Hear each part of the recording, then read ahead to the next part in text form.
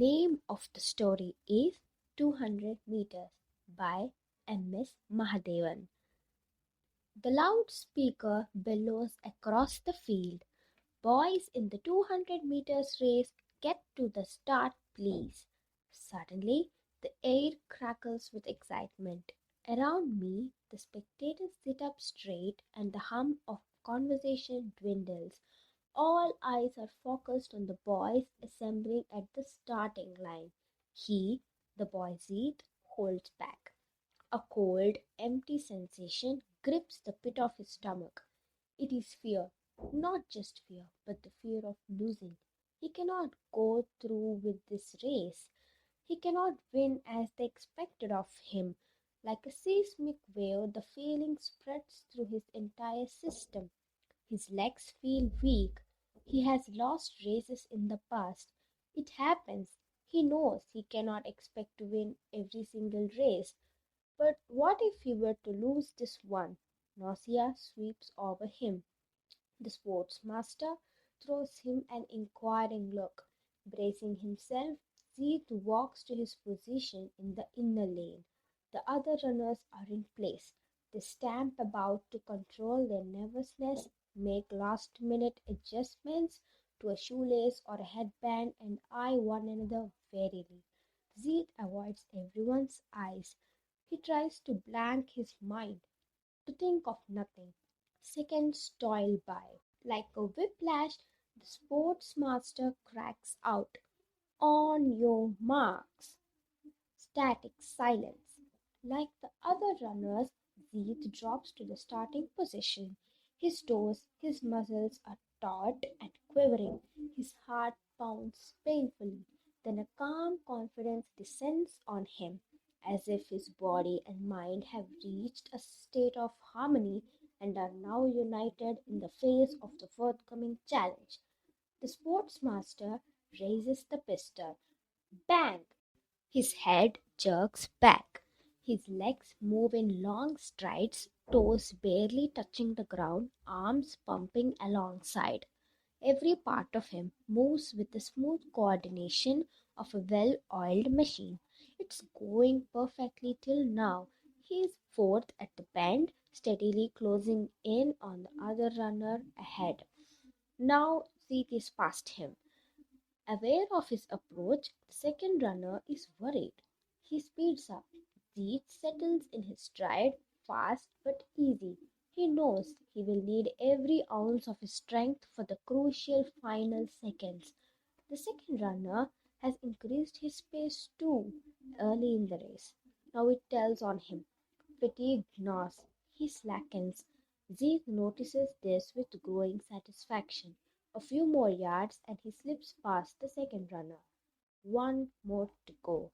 The lead runner is Zeet's toughest challenge. The gap is wide, the runner steady. His strides are powerful. He can go on, but Zeet is beginning to feel a numbing weakness creep up his legs. His feet turn into lead. Two words run in his head, on and on. You must. You must. He wills himself, fists clenched, face grim for that last desperate effort, that final burst. You can catch up, he tells himself. You must. Shortly the gap is closing. You must. You must. Then suddenly, brilliantly, he surges ahead. He is in the lead. Recharged, he increases the gap. He is alone now, alone and ahead of all the rest. His nerves, his heart, his mind are singing with joy. He can run on and on. This is what it is all about, this wonderful moment in which he knows that the race belongs to him. He deserves to win. And then it happens. How? Why? Nobody knows. Zeet stumbles. There is a huge, horrified gasp from the watching crowd. Frozen, they watch as he tries to regain balance. He fails. At that speed, it is impossible to recover. Zeet falls. He hits the ground. The entire crowd seems to feel the impact and flinches as if sharing his unbearable frenzied pain. Every eye is riveted on the fallen figure. They barely pay attention to the runners who swing past. First, second, third, fourth, fifth. He lies there, face down in the mud. Once, a long time ago, he had believed there was nothing that could be as bad as not winning. Now he knows no defeat is worse than this. Now he knows what I know. Zeet, his name means victory. All his life, he has been a winner. Winning races, winning friends. It has always been so easy for him. It hardly matters that it is a different story in the classroom. There, Zeet is among the average ranks, not quite at the bottom, but nowhere near the top.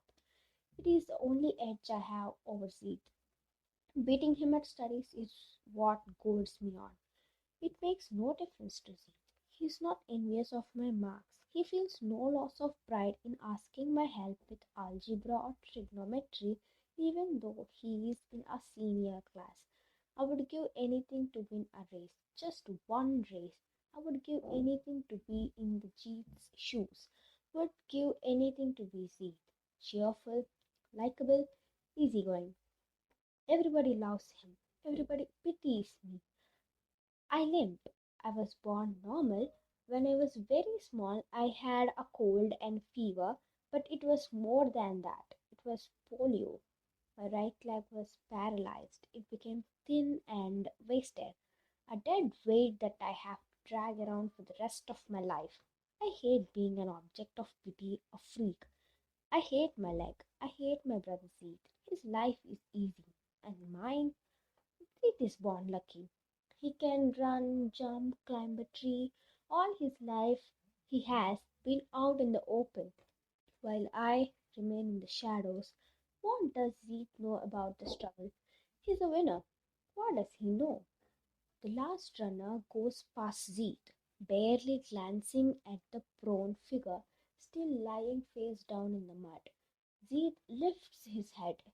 His eyes are dazed with pain. There is mud on his face. There is blood. Besides me, my parents watch. My mother's hands are clenched tight, her face completely white. She holds on to my father's arm. There is sorrow in my father's face and a heartbreaking tenderness. They came to watch their son win. They came to see him stand tall on the victory stand, applause ringing in his ears, a medal on his chest. Every medal I win is for you, Jeet has said. Every race I run for you. That is why winning is so important. Sure, I had sneered. I don't want your silly tin medals. I don't want your pity. From his face, from its sudden stillness, I knew that I had succeeded in hurting him. It gave me a twisted sort of pleasure. Seeth never hurts me. Sometimes I wish he would. I wish he would stop being so protecting and caring, so good to me. I hate him because I think it is all a sham. I can never be like him. I can never do the things he does without falling on my face. I hate this constant boost he tries to give me, especially in front of others. He boasts about my marks to his friends. Einstein, he calls me. I will win a Nobel Prize one day, he predicts. Zeet needs help. He is reeling with pain. He can barely stand. The school doctor is heading for him at a steady trot, medical bag in hand. Zeet pushes them away. He stands up, swaying on his feet. His hands and knees are bleeding. He grimaces with pain, and then, to everyone's amazement, he starts off. He starts running. On my parents' faces, I see pain mingled with pride. Such pride! Slowly, the weaving, reeling runner fights the haze of pain, fights the feelings of hopelessness and loss. He battles through the loneliness. Inch by pain-filled inch, he struggles closer to the finishing tape. He is dimly aware that they have started clapping. They are pounding out his name. Zeet, Zeet, Zeet. His name throbs like a pulse. It swells to a drumbeat. It fills the entire stadium. Over the loudspeaker, the announcer yells encouragement. You can do it, Zeet. And then he shouts joyously, Oh, good show. Well done. The boys each breasts the tape. Friendly hands reach out to him. Someone hugs him. Voices congratulate. He only knows that it is over, that he ran the race to the end. The crowd is on its feet. They gave him a standing ovation. There are those who won the race first, second, third. They won the medals. But the real winner is sixth. Only I know why he did it. He did it for me. See, my brother ran for me.